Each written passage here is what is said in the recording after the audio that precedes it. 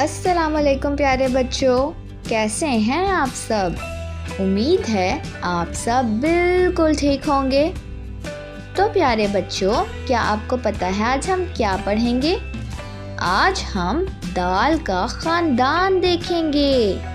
दाल के ख़ानदान में दाल, डाल और ज़ाल होते हैं। तो चलिए इन सब हरूफ से शुरू होने वाले अल्फाज की दोहराई करते हैं।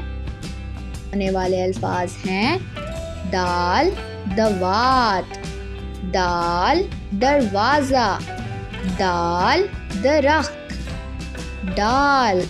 डाल से शुरू होने वाले अल्फाज हैं डाल डब्बा, डाल डोल, डाल डॉक्टर। ज़ाल। ज़ाल से शुरू होने वाला लफ्ज़ है ज़ख़ीरा।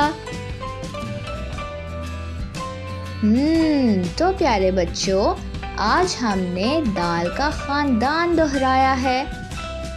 उम्मीद है आपको बहुत मज़ा आया होगा। तो चलिए फिर मिलते हैं, तब तक के लिए खुदा हाफिज़।